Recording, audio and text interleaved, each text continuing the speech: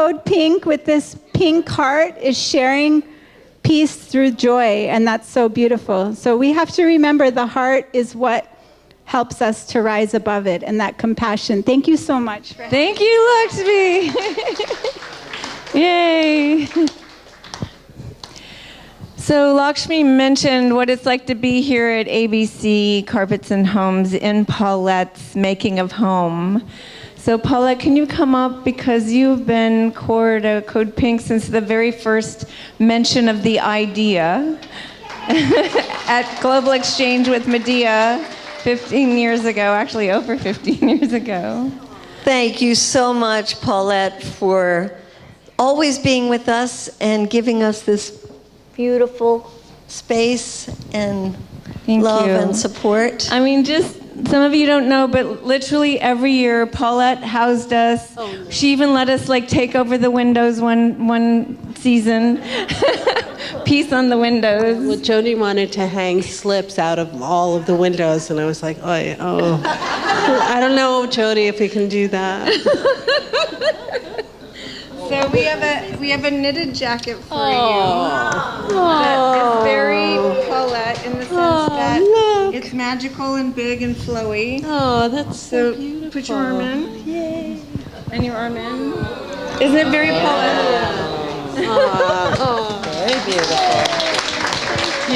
Thank you. Martha's actually wearing my favorite Code Pink shirt, and I was like, oh, I wish I wore that tonight. Yeah. Well, guess what? Guess what? Oh, but it's not the exact same one. We gave you one with Bonnie Raitt signed it. Oh, right. I once did a retreat with her many years ago. And Medea has her new book for you. Oh, I'm getting showered. And pink popcorn. Because we love you and you're the best homemaker we know. Thank you so much. Thank you. Paulette, who dedicates her life to peace and love. Oh, thank you. Thank you. Oh, my goodness, I'm Thank so you. moved. My heart is so open, thanks to Ambujam Lakshmi. Well, these women have been real heroes for me, and they just completely inspire every part of me when they go out there and put their hearts on the line. And, I love them each very much and respect and honor, and I'm so moved to be here with you after all this time. And I hope they're continuing to mentor people for a long, long time to come. And we hear your voices, and any way that we can help to amplify, we're here to do that. So, thank you. Yay. Thank you. Thank you so much. Well, we wish we didn't have to be here after 15 years, although Peace Action just celebrated 60 years. So I guess there's always a need for peacemakers, and we're really glad to have Peace Action in the house with us. And it was great starting out with the laughter, because some of us live in DC. And you really got to be able to laugh when you're there, because it's so crazy now. It's so absolutely insane. I mean, who are the adults in the White House now? The former head of ExxonMobil is like the adult, and the generals that we said, oh my God, he's filling the place with generals, and now the generals are the rational people. And it's all so crazy. We went to this event, where's Ariel? We went to this event the other day that was talking about how to counter terrorism, and it was Leon Panetta, who some of you might remember, CIA, Secretary of Defense. We don't call Secretary of Defense, we call Secretary of the Military of War. And then it was the crazy right-wing, white supremacist Steve Bannon, and then General Petraeus. And these were the ones that were supposed to tell us how to counter extremism. Counter extremism. So, of course, we got inside, and people sometimes ask us how we get inside. You know how she got inside? How'd you get inside? I just walked right It said it was full, there was no room left. We registered, they said, no, sorry, it's full. And then we saw that there was one angle where they weren't paying attention. And so we just walked in. And then I said to Ariel, sit in the very front where it says reserved. So she got to the very front where it was reserved. And when they start getting up and Leon Panetta to explain how we are going to, now we have this miraculous solution for extremism, we did these sort of one by one getting up to say, but you are the extremists. You are extremism. You were the one who's creating terrorism all over the world. So we didn't get a lot of laughter. We didn't get a lot of support. We did get a lot of boos. So it's really nice after something like that to be among friends. Thank you.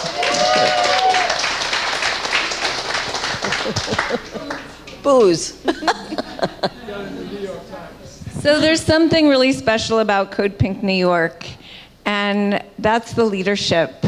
I want to bring up Ray to be with us as we honor Nancy Krikorian, who, Nancy, maybe you can come up so we can love you in everyone's presence. They can be. But first we got to honor Ray. Well, no, Ray. after We honor Ray. Okay. No, it's first Nancy. I don't know. Nancy Krikorian, come on down. Nancy is the leader all of us want to grow up and be. She's the activist, capacity is kind of staggering. How much she can get done in a day. I don't know how many novels she wrote while she was doing CODEPINK New York, while she was running an entire campaign. Her capacities are staggering, and her heart is also staggering. So, just so you know, CODEPINK New York was the biggest local CODEPINK that we had that stayed organized and meeting all the time and really coming up with some of our national campaigns. And Nancy led those. Walk in Their Shoes has been talked about at every of the other 4 events, is one of the campaigns that everybody remembers. And we were just at Busboys and Poets where Andy remembered it so powerfully, and that an article was written in the Washington Post that really kicked off Busboys and Poets, and it was about the Walk in the Shoes display that ended up outside of Busboys and Poets. And Nancy, I'd love you to talk about it, because you talked about where you got the idea and how it came up from a school, and if you can share. Yeah, so we were looking for a way to make the cost of war visual, when we were doing street protests. And I had seen the American Friends Service Committee had a campaign where they would put the soldiers' boots out and line them up. And I thought, that was extremely powerful. But I thought, but what if we, there was this thing called Iraq Body Count, where they kept a running list of all the Iraqis who were killed day by day. So I was fixated, and every day I was on Iraq Body Count, and I started seeing, they would have the name of they would have a name, and then they'd have an age and where the person had been killed, and there was like, so-and-so age 3, so-and-so age 4. So we just started compiling a list of all the children's names and their ages, and then we asked my kids were young at the time, so I had kids in a elementary school, and I asked my friends who had kids at elementary school for everybody to collect their old shoes. So then we got a bunch of used children's shoes, and then we made tags with the names and the age, a name and an age of your child on each tag, and then we would try to find a pair of shoes that was the right size and gender for the kid.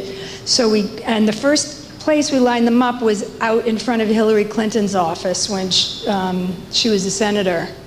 And it was very powerful, and it was very funny because when we started taking them to different locations like Union Square or Merchants Gate near Central Park, in the beginning people would come up and think we were selling them, and so people would come up, but then once you explained what it was, people were very serious, and they stopped and they read the names and looked at the shoes, and it was a very powerful visual display of like this cost of war.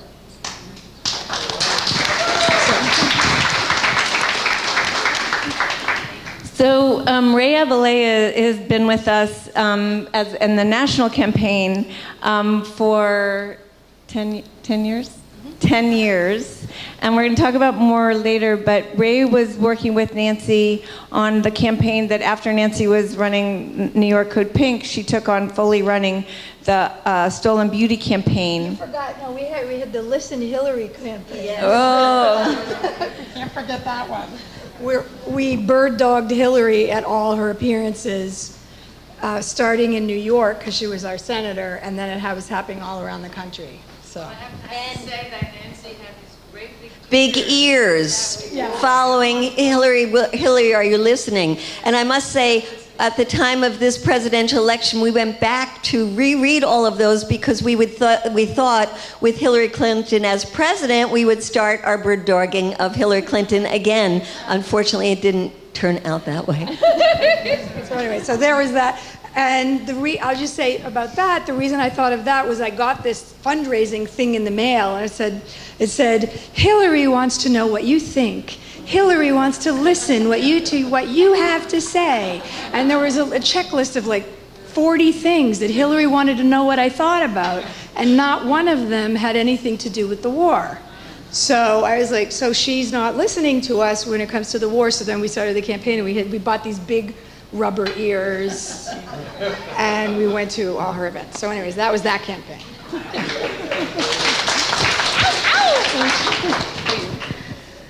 So this is unbelievable to be up here with these two phenomenal women. And I also just want to say, I think tonight is really about everybody in the room here who, in large part, Nancy and Medea and Jodie and those of you who were there in the early days helped to bring together, but this is a collective. So I get to have the privilege of getting to see all of you from this perch. I see hellraisers, troublemakers, war profiteer chasers, a lot of familiar faces and also friendly strangers in the audience. And I just wanted you to take a moment to look around and see each other and see this community, this movement that you're part of, and the strength and wisdom that you're contributing and continue to give in these insane times. Thanks for the laughter, I needed that. I prepared some words, unusual. Usually I'm spontaneously jumping up with a banner or some other crazy action, but I had a feeling I would get a little teary talking about you, so I prepared. Can I sit down? Yeah, why don't you have a seat and let us shower you with love for a minute. So I've been asked by Jodie tonight to speak about one passionate activist in particular who for nearly the duration of the organization's history has courageously held the torch here in New York City and ignited campaigns nationally, and without whom Code Pink would not be what it is. And that's Nancy Krikorian, and this is for you. 7 things I learned about organizing from Nancy K. 1, do it because it's the right thing to do, even if it isn't fashionable. Code Pink has a tremendous legacy of calling out people in power who are on the wrong side of history when it comes to war, giving out pink slips and awarding badges of courage. Nancy and Code Pink New York City led the bird-dogging Senator Hillary Clinton actions that evolved into a national campaign. Who in this room was part of bird-dogging Hillary? Can we see? So make a shout out for those people. Ow! When Hillary announced her candidacy for president in 2008 and tried to run as an anti-war candidate, it was a natural next step to continue that campaign. But it wasn't fashionable to go after the most prominent and powerful women's rights ally in Congress, who also received more money from weapons manufacturers than any other member of Congress on both aisles. But we knew we had to hold her feet to the fire as much as any of them. And Nancy K. led the way. The Listen Hillary campaign included such antics as weaving ourselves, literally with pink yarn, into a web of lies in her Senate office. That was not me. Getting dragged out and getting the mic to share the facts about Hillary's war-supporting policies, which you did write the talking points for. Yes. The point. Be unapologetic about applying your principles and values. Number 2, turn the legacy of persecution into a stand for liberation. When Israel bombarded Gaza with weapons and white phosphorus in December 2008 during what was called Operation Cast Lead, Nancy leapt into action, pushing us at Code Pink to do more on Palestine. It was part of my job then to help coordinate a Code Pink delegation to Gaza to deliver humanitarian aid on International Women's Day just 3 months after that bombardment. To be vulnerable and honest with you for a moment tonight, I, as some of you know, grew up in a synagogue steeped in Zionist education and have family in Israel. And I was a bit unnerved by our sudden focus on Palestine. Nancy was willing to hear my perspective and to counter with the reality on the ground. I had witnessed her work as an Armenian writer and activist for Armenian justice and preservation of cultural memory. I had read and was captivated by her historical fiction books chronicling the oppression of the Armenian community. And now I saw her taking action to stop the oppression of another people, to stop the oppression of Palestinians. To this point, earlier this year, Nancy contributed to the PalFest anthology, This Is Not a Border, and her work was published in the Armenian Weekly. Nancy modeled what it meant to turn the legacy of oppression of your ancestors into a stand for liberation, a bold call for freedom for those being oppressed today. I know for certain that without her, I would not be the outspoken advocate for freedom, justice, and equality for Palestine that I am today.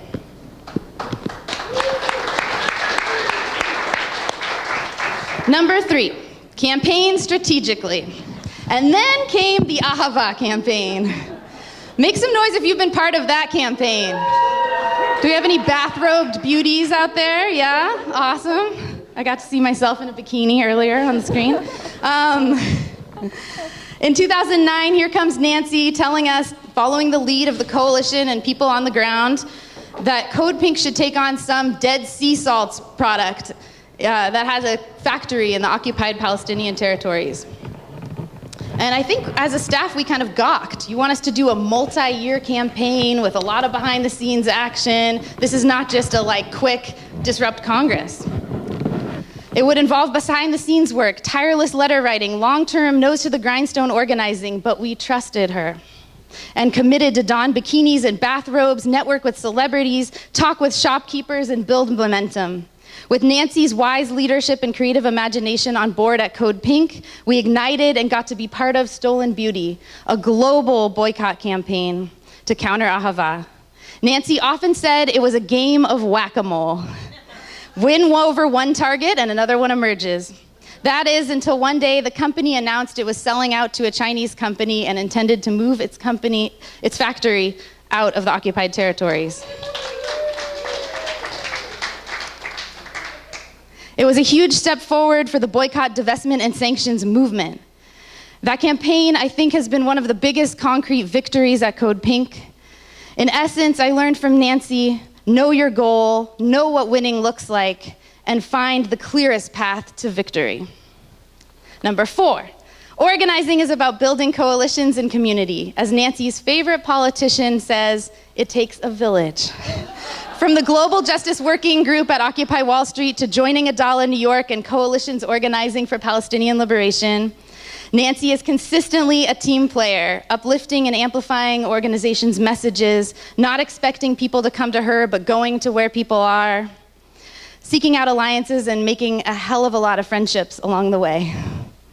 She's always known when to put on the wild costumes and the big ears, and also when to show up dressed formally to be an ally.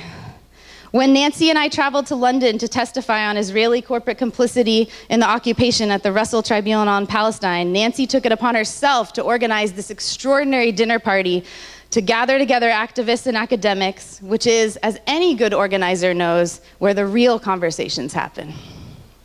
5, care for your comrades. Nancy has been a consistent stand for the staff at Code Pink, and particularly those of us who were young women just finding our way. She taught me and my sisters in pink to advocate for our well-being, to ensure our health care, work sustainably, and appreciate each other. She's consistently been a voice for reason, compassion, and justice within the organization. And she models this ethic in the way she shows up for her family and on her own work as a novelist. Her kids have always been her priority. She taught a lot of us younger women what a work-life balance looks like. Make some noise for that. It's important. Number 6, just say no. Clearly, firmly, and like you fucking mean it. Because you do. No to the war in Afghanistan, no to the war in Iraq, no to the next war, no to drones, no to the latest military appropriation budget, and also no to ideas that don't make sense. Being practical is awesome. Note to self, do not make your next campaign decision based on an idea someone had at a pool party at the end of a staff retreat. But also, use your veto wisely. Nancy taught me to know when to pick a battle and when to step aside gracefully and let whatever's gonna happen, happen. And finally, number 7, put your talents to work for justice. Nancy is an exceptional writer with a profound command of the English language. If you've ever been to her home, you know she's extraordinarily organized with a knack for style and beauty. She's an avid reader and her curiosity spans a myriad of topics. She's often said that she devotes 9-year blocks of her life to a project. And she made an exception in the case of Code Pink, charging to the pink call to action for over 13, maybe 14 years? 13 years. An incredible gift of her time, passion, creativity, and heart. I have no doubt that, Nancy, your next 9-year stint will be one to look out for, and personally, I'm looking forward to reading your next novel. I'm pretty sure that it's not your style to be heavily praised in the limelight. And so in a very humble, modest way, I want to invite us to shower you with some gifts. We have here a photo book that Dana and I put together that comes from the whole team to celebrate your legacy in pink, and the cover has a photo of Nancy as a pink police officer in Times Square. So let's make some noise for this powerhouse woman. Ow, ow, ow!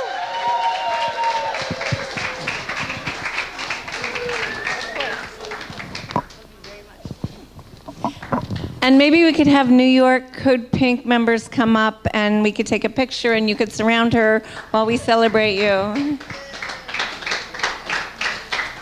I mean, I don't know if anybody can understand that.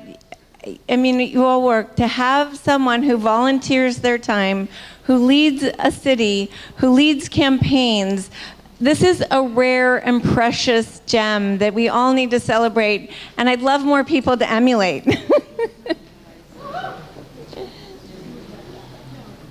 Come up.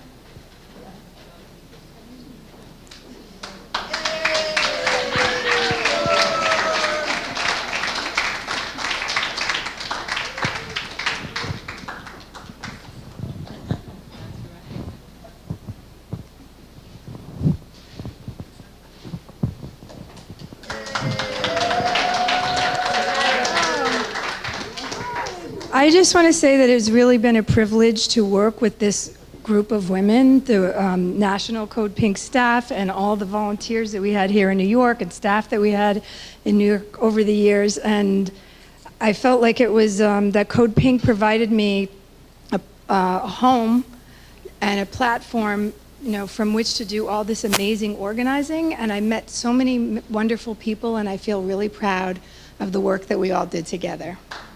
And here's the John Sayles pink slip. Which one is this? It's John Sayles. It was like, so you have a pink slip. John Sayles sign? Yeah. And you can put any message on it you want. And your Code Pink. Oh,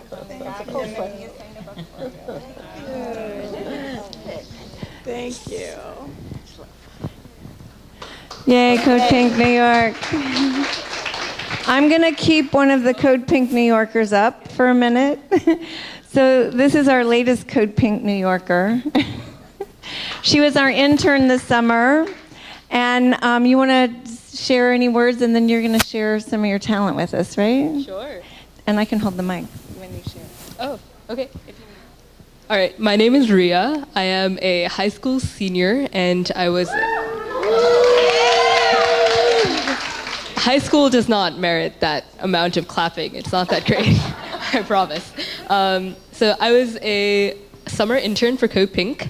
I first got involved with CODEPINK through a bunch of strange coincidences. My dad, who's in the back, introduced me to someone who had literally run into Medea at the DNC, and through some kind of serendipitous connections, I came to a CODEPINK meeting, met Jodie and a bunch of other crazy, awesome women, and was hooked, mostly because I really like pink, and not any of the anti-war activism, right, who, like, whatever.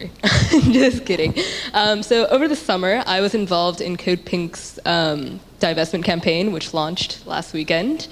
So I did some research with Robin and Haley Pedersen, and wrote some articles for Alternet, shameless plug, check them out, Ria Modak on Alternet. And yeah, I don't even know how to express what I've learned at CODEPINK, because that could just fill up a whole book. But I guess one of the most important takeaways, to paraphrase your lovely speech, was to be unapologetic in expressing your values. So on that note, I'm going to be unapologetic in playing my guitar. That's a poor transition, but... All right, I'll have this beam.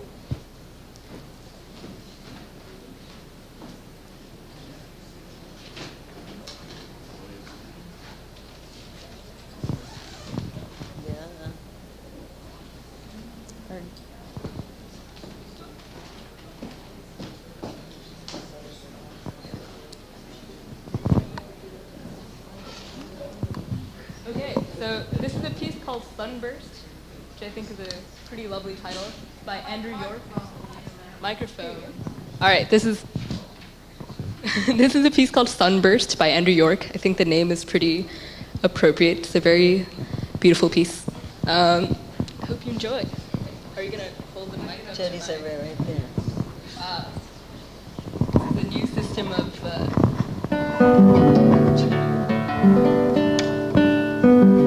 Yeah, if your arm is a bit tired there.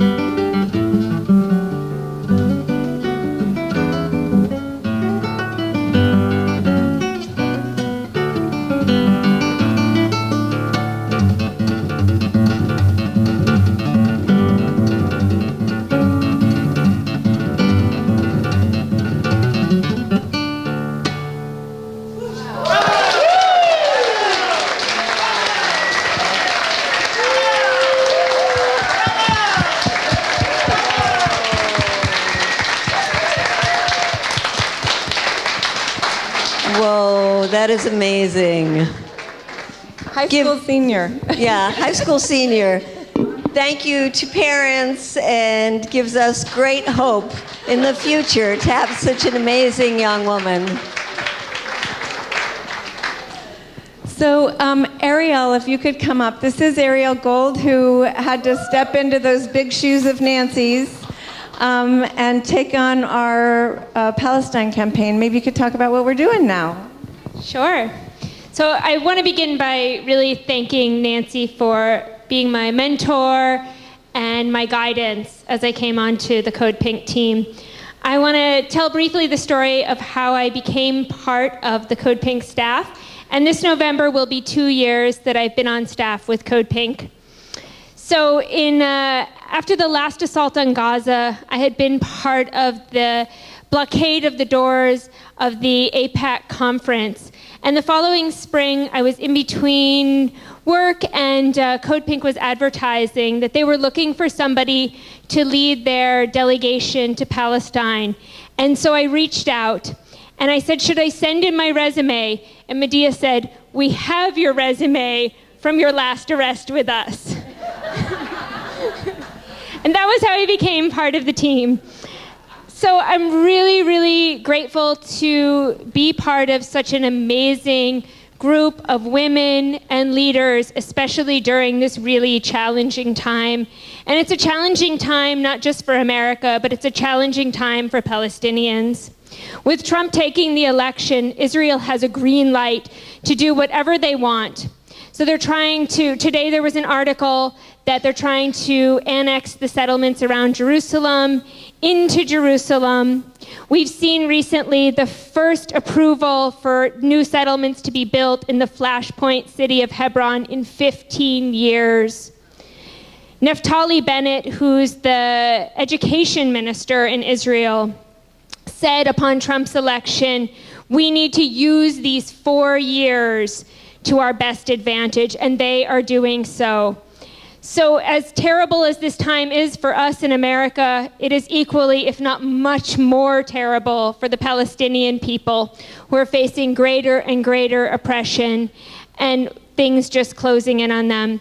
And I am so glad to be part of a team and to be able to lead campaigns to secure freedom and justice and equality. And we don't plan to stop in these next 4 years. We plan to go harder and stronger.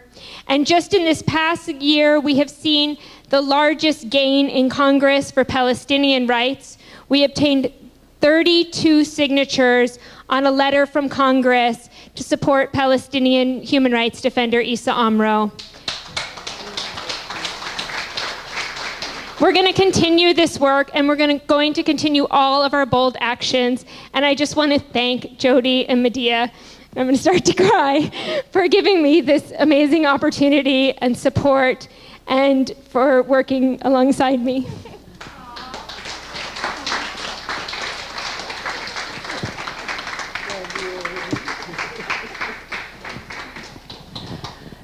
Thank you, Ariel. I mean, we're blessed to have you. You're a rock star. She's like up in front of every crowd she can get in. She sneaks into everything. You see Ariel, Ariel, go, take it on.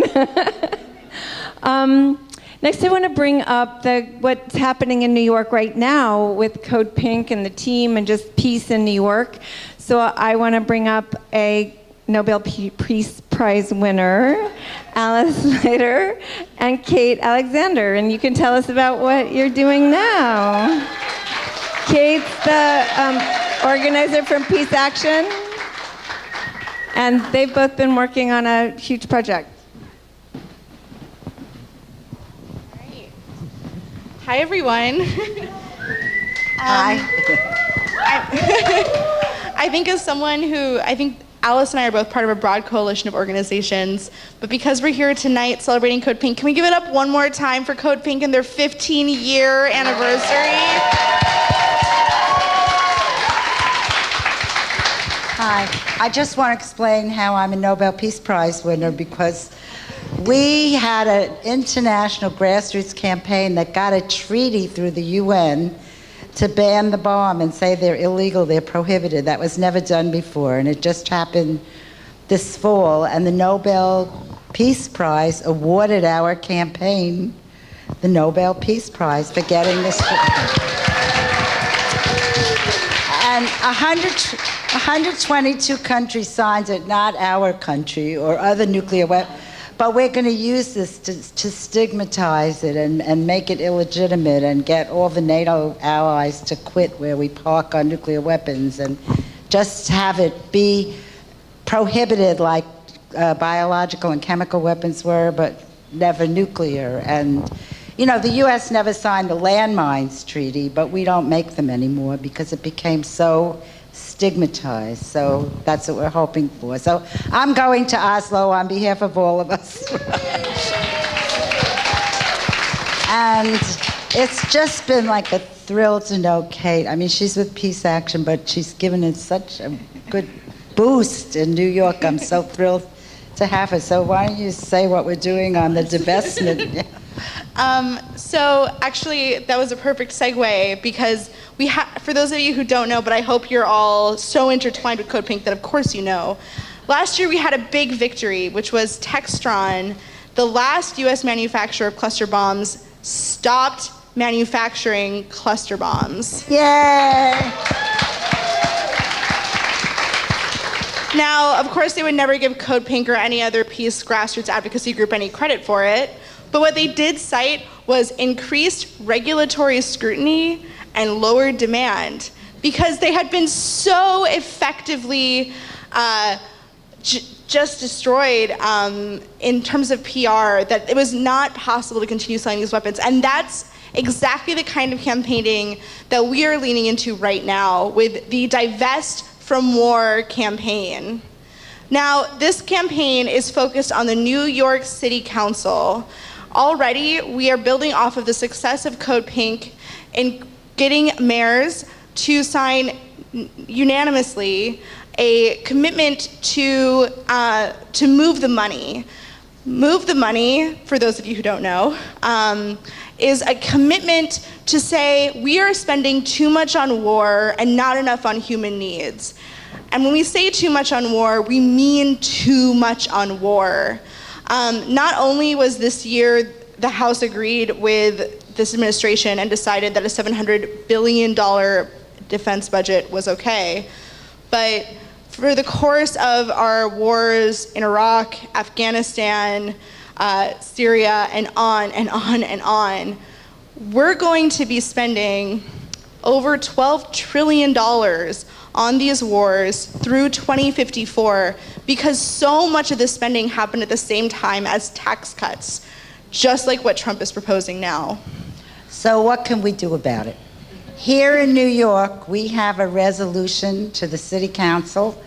We have people talking to the mayors. We put together about 20 organizations, including CODEPINK, Veterans of Peace, Nuclear Age Peace, all various peace groups, to get the City Council to talk to our senators, our congresspeople, and say, we don't want you to vote for war. How many people saw on YouTube the wonderful conference that CODEPINK did this weekend to launch the divestment campaign? You can still watch it. They had fabulous speakers and explanations, and I think this is the greatest thing CODEPINK's been doing since I've been with it, that we're going to literally change the conversation that you can't spend money for war. We need schools, we need roads, we need health care, we need foreign aid. We don't need to be shooting people all over in 7 countries right now. We need to help other countries so that we don't create enemies all over the world. And the money is right there. It's like it's an obscene amount of money. And this is not just Trump. Obama had budgeted $1 trillion over 10 years for 2 new nuclear bomb factories, missiles, planes, submarines.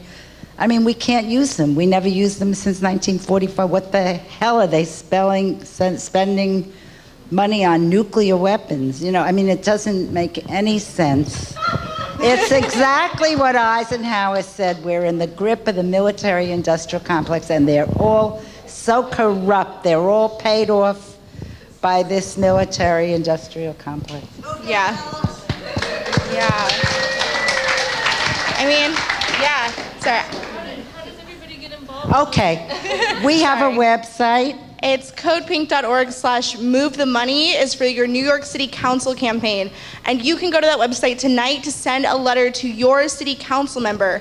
And in 2 weeks, you can vote for the person you think has the most common sense to say that even that the cuts to the defense are going to fund immediate needs that we have right now. So that's number one. Go to codepink.org/move the money. Number two, codepink.org/divest from war, and use the hashtag divest from war to connect this to specifically weapons manufacturers. Because if we can put enough pressure on, for example, Lockheed Martin to just drop the stock price by a single penny, that CEO loses $17,000 of their net worth. One penny makes such a huge difference here, and we absolutely have enough power in this room, in this country, from sane thinking individuals to say, we can do this, we can divest from war. That's what they did in South Africa. That's how they ended apartheid.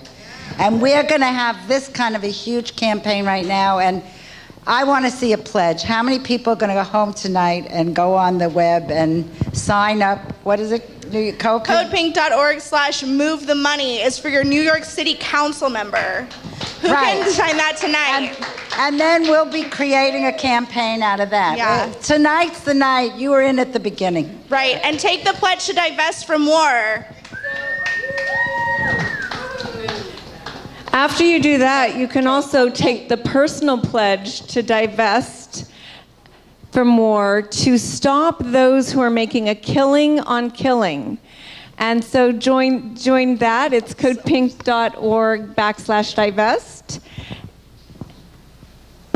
It literally is to engage your churches, your universities, and your pension funds into not investing in war. Alice, Kate, awesome. Let's give them a hand for leading this. They've really done an amazing job. Join with them. Let's make this happen. So, Alice mentioned our Divest Summit this weekend, and we have a special guest with us. Sierra Taylor, could you stand up? Sierra was one of the producers of the People's Tribunal on the Iraq War, which was really for us to come together and heal as a community, as anti-war community, and we felt the summit stood on the shoulders of the Iraq Tribunal. And Kate was telling us she's about to start using it in universities this coming year, so I just wanted to make that connection. Medea, you wanted to tell us about what else are we doing that we can be engaged in? Well, I think one of the really hidden tragedies that's going on right now is the crisis in Yemen. And it's really amazing how little the mainstream media is covering this. It is the world's #1 humanitarian crisis right now. And in this room, we probably have people who are aware that the Saudi bombing campaign is what's causing most of the civilian casualties, the damage to the infrastructure that has led to not only the every 10 minutes a Yemeni child dying of the causes of hunger and war, but also to this massive cholera outbreak that is going to, if it doesn't subside, going to reach 1 million people. 1 million people with this disease that could have totally been avoided, and it's because of the war. And the war would not happen were it not for the U.S., because we are supplying the Saudis with what? Weapons, the #1 weapons purchaser in the world from the United States and the other Western countries is Saudi Arabia. And not only that, we are supplying, refueling their planes in the air, we're providing logistical support, and we're providing diplomatic cover. When I said we went to this big DC event 2 days ago where they were talking about extremism, they were talking about Iran and Qatar and the Muslim Brotherhood. Those were the three extremist groups they were talking about. And so we had to stand up and say, what about Saudi Arabia, the #1 exporter of extremism in the world? So there is a campaign in Congress, thanks to a couple of good Congress people, both Republicans and Democrats, to say that this war, U.S. involvement in a civil war in Yemen, has never been authorized by Congress. You can't pretend this is part of the 9/11 authorization for the use of military force. It has nothing to do with that. And so we have to invoke the War Powers Act to demand that Congress either say, yes, we want to be involved in this horrendous war, or we want to stop it. And so we're working with this great coalition of groups, and we ask you, as part of Code Pink, to make sure you're signed up to get our alerts, because we will keep you updated about this campaign and ways you can make sure that your representatives, both in the House and in the Senate, are signed on to this very unique initiative to use the War Powers Act to try to stop U.S. support for the Saudi-led war. So that's one initiative, and we'll tell you others afterwards. But Jodie, I think we're going to bring up some other folks now. So another hot spot in the world is the issue around North Korea. And to talk about that, we want to bring up one of our favorite women in the whole world, who is not only Code Pink, but Veterans for Peace and Women Cross the DMZ and a whole lot of other organizations. She is unique as somebody who was in the inside for a long time. We ask her why the hell it took her so long to see the light, having been a colonel in the military and then in the State Department. But once this woman, Ann Wright, saw the light, she has not stopped for one moment. So give it up for Ann. Well, thank you, Medea. And let me just tell you, in 2004, one of the very first places I came upon this crazy women's group dressed in god-awful pink was right here in ABC Carpets and Home. I remember it. This was in the Republican National Convention, and Code Pink went wild. I mean, Code Pink was all over the place. There were pink slips being dropped from giant buildings. There were women in pink slips all over the place. They had big placards that lined from, I think it was 28th Street all the way up to 58th Street, saying, "Give George Bush the pink slip." How many of y'all were a part of that? Yeah. I mean, that was the darndest thing I had ever seen. And having spent all of my life in the U.S. government and had resigned in opposition to the war in Iraq just a year earlier, and I was just kind of finding my way. I didn't really know many peace groups or anything like that, because that, as a government employee, you don't know American peace groups at all. I mean, the purveyor of violence around the world of the U.S. government, as an employee, you don't know people in your own country that are challenging your own policies. And so this revelation of all of these women out there in pink slips. And you can tell, I mean, I do have a little pink on, but this has been 14, 15 years later, and I still am not quite into the pink. But I will give great credit to Code Pink Women for Peace, because this is one of the most audacious, one of the most courageous, one of the bravest groups of people I have ever seen in my life. I mean, yeah, for challenging, not just challenging, let's just go out on a street corner, let's just hold up a little sign. But, going into the halls of Congress, and the first time I was ever arrested in front of the White House, it was like, I don't do that, thank you very much. I don't get arrested. I'm part of, even though I wasn't part of the government, I just don't get arrested. But then hanging out with all of these people, they were going, what do you mean you don't get arrested? Of course we get arrested, we do. And we go into Congress and we stand up to them and we look them in the face and look them in the eye and tell them what they ought to be hearing. So I really appreciate very much Medea, Jodie, all of you all, Ray, who have really just, challenged us all to be better people, to stand up to policies we know are wrong. We know they're wrong. And to get us all moving to say we will not stand for all of this stuff. Okay, so now to North Korea, after my little interlude. Well, no, I want to do one more thing. Go with Code Pink. I mean, if you look on Code Pink's website of the places you can go in the world and see things for yourself that we ought to be outraged about, the huge numbers of places that we've taken people, to Afghanistan, to Pakistan, to Yemen, to Cuba, to Gaza. Oh yeah, let's do a little Gaza. Like 6 trips to Gaza in 2009 and Honduras. All these places. If you want to go see some places that we ought to be outraged about, go with Code Pink, because your eyes will really be opened with it. North Korea. Yeah, and yeah, that's right. We'll get you back too. Yeah. Well, North Korea. Jodie, Medea, and I went on Women's Cross the DMZ in 2015. A group of 30 women from 15 countries, including 2 Nobel Peace Laureates. We went to North Korea to say to North Korean women, we want to hear what you have to say. And our women from the Philippines, Northern Ireland, from Colombia, from the United States, talking about conflict areas. We, the United States, are a conflict area. We don't seem to think we are, but we've been involved in more wars than anybody else.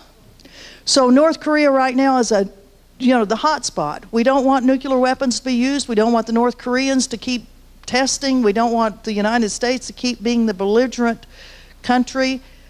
We have a webinar that's going on now. Five webinars that'll be going on that'll help you learn more about North Korea, a place that has human beings living in it. It's something we don't really hear much about the real people that live there, that don't want war. I mean, the women we talked with in North Korea, they said, we don't know why the United States hates us so much. I mean, what have we done to you? And I think that's what most people around the world say. What have we done to you? And now we are involved in 7 bombings around the world. So we have a lot of work to do, and it's a tough time, as we've been hearing about all these places in the world where things are happening and we don't agree with them. We don't agree with our country's policies. But we are the ones that will be standing up. We are the ones that are going to hit the streets again. We are the ones that are going to be in the Congress, and we're going to be in the White House, and we're going to be wherever it takes us to be. So hang in here with Code Pink Women for Peace. What a wonderful, great group. Thank you, Jodie. Thank you. So it takes a village to also speak from a politician we're not fans of, but a lot of our villages here, and I just want to recognize Dalamanya, who when we were really tiny, not an organization yet, didn't have a website, he funded us for a year and really got us started. So Dal.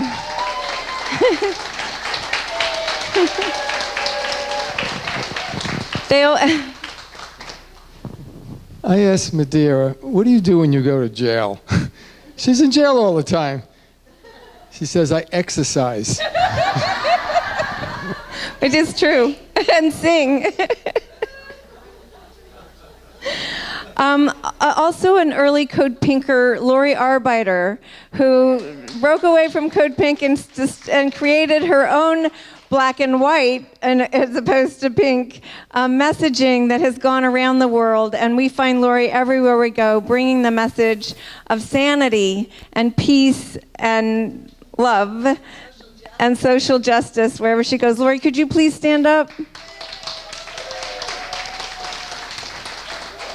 Yay!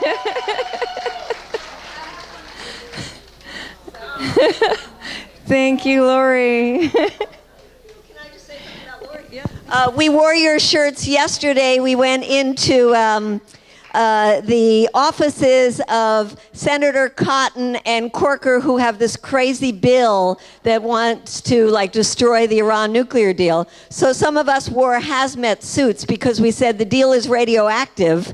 And some of us wore the unarmed civilian Lori Arbeiter shirts. And we went in the office with a Geiger counter, and we went looking for the radioactivity, and we found it in the senator's room. Thank you, Lori. Also, as I was looking at pictures, as we were picking out pictures of Nancy for the book that Ray and Dana made, there was an amazing photo of Nancy at 42nd Street with Andy from the Yes Men. Where's Andy? Did he leave? Oh, darn. Andy was here from the Yes Men that we've partnered with often. Also, Jan Frell from Alternate, looks like he's taken off too, who houses our, oh, there he is. Hey, Jan. Thank you. He houses our local peace economy and spreads our voices whenever we have something to say. So thank you so much. It's so important to us. And then Tarek and Will from Veterans for Peace. There we go. There's Tarek. Partnering often. Thank you so much. And then Elizabeth Holtzman is here, who was really important. The first impeacher, the impeacher in chief. Her impeachment. So we did launch our new campaign. Like I said, we're coming to celebrate the past, but really to invigorate everyone to be engaged in the future, which is our Divest campaign. And we hope you will all get engaged. There's a way for everyone to get engaged, and it's a way that we hope to rebuild the anti-war movement. That this is a time when 65% of your tax dollars is going to war, when people are making a killing on killing, and it's time to really build the movement up again. Right now, Congress and the White House are pretty Teflon. It's a great time to go after corporations, and we would really, love your engagement in any way that you want to be engaged with us. At CODEPINK, a really important part of what we do is singing and dancing, and we have one of our Iraqi American friends who's come, Stephen Said, who is going to lead us in a song that everyone, I hope, has their lyrics to. Stephen, can you come up and lead us? We share stories of visits to Iraq. All right. I don't think I need a microphone. Do I need a microphone? Yeah. You really want me to have a microphone? All right. I'm so accustomed. Look who's here. Anyway, I don't know where, I have to say something. I was in tears, but then filled with joy being here, hearing all these stories and remembering all the things that CODEPINK has done over the last 15 years since it was founded. I first met Medea in the build up to the Seattle demonstrations. I'm Iraqi American. I have family that are in Mosul, that were a cousin that was killed by ISIS 8 months ago. But I grew up in Virginia as an all-American boy. And when I decided I wanted to write songs to try to create a global movement for equality, it was because I knew that the reason that there was racism and poverty in the South that was driving our country here to division was the same reason why people were getting bombed. My family was getting bombed across the world, and that was because our global economy is no longer as sustainable. We have no choice but to live equally.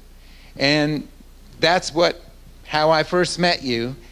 And it drives home just how important your work has been, because it may seem here, this is an anti-war movement, how lofty.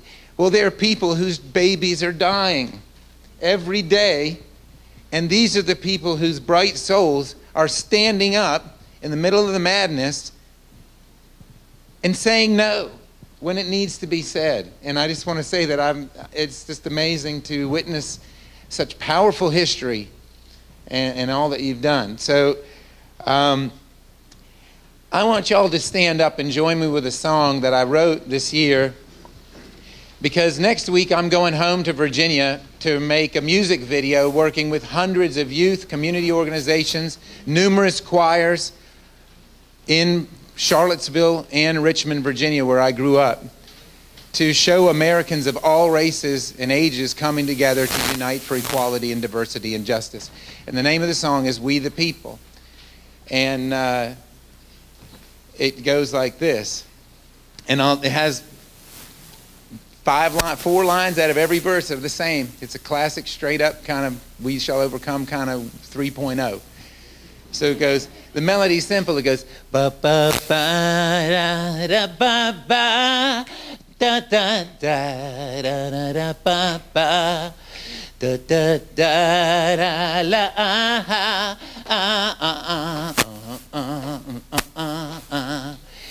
We are one and we're many and we want to be free. We the people marching onward till we get equality. Unstoppable like a river flowing homeward to the sea.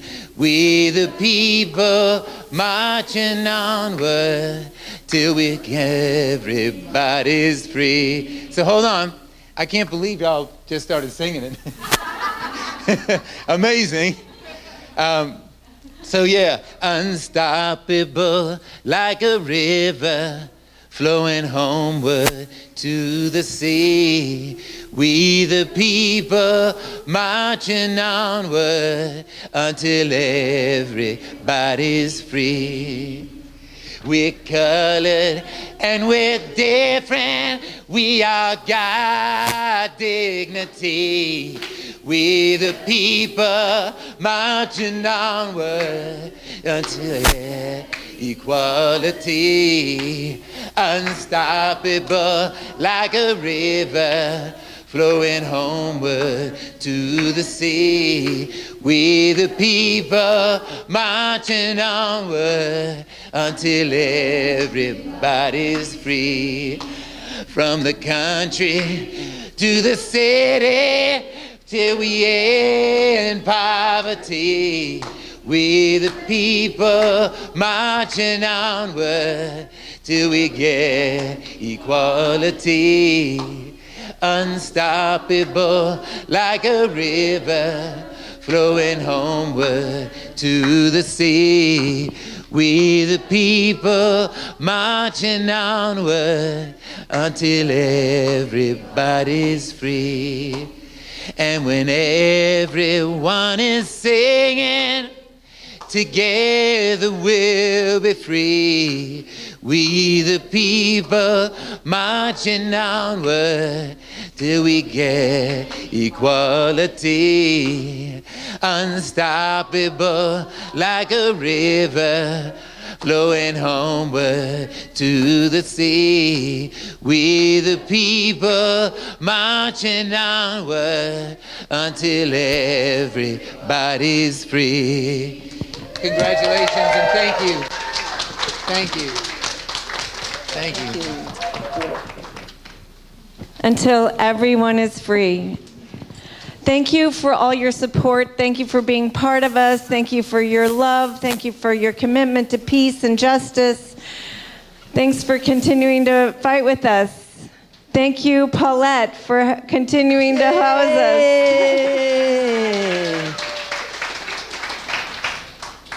Thank you, Ray, for being here as you take off for Palestine yet again. Thanks for being part of our team and all the love and joy and support and genius that you have brought. We would not be CODEPINK if it were not for you. And I just want to say, I was at a gathering the other day where there were a lot of people talking about how exhausted they are because of Trump. And we can't go out again on the streets because there's so many things, and we've gone out so many times. And we're also kind of resigned to the fact that he is there in the White House and he's going to get reelected again, and we're going to have to deal with him for 8 years. So we say no. And are we tired? No. Are we going to keep getting out in the streets? Yeah. Are we going to keep sitting in the suites? Yes! We got a lot to do together, but we have a very wonderful, loving, committed, and energized community to keep on struggling. Thank you. Thank you. Thank you.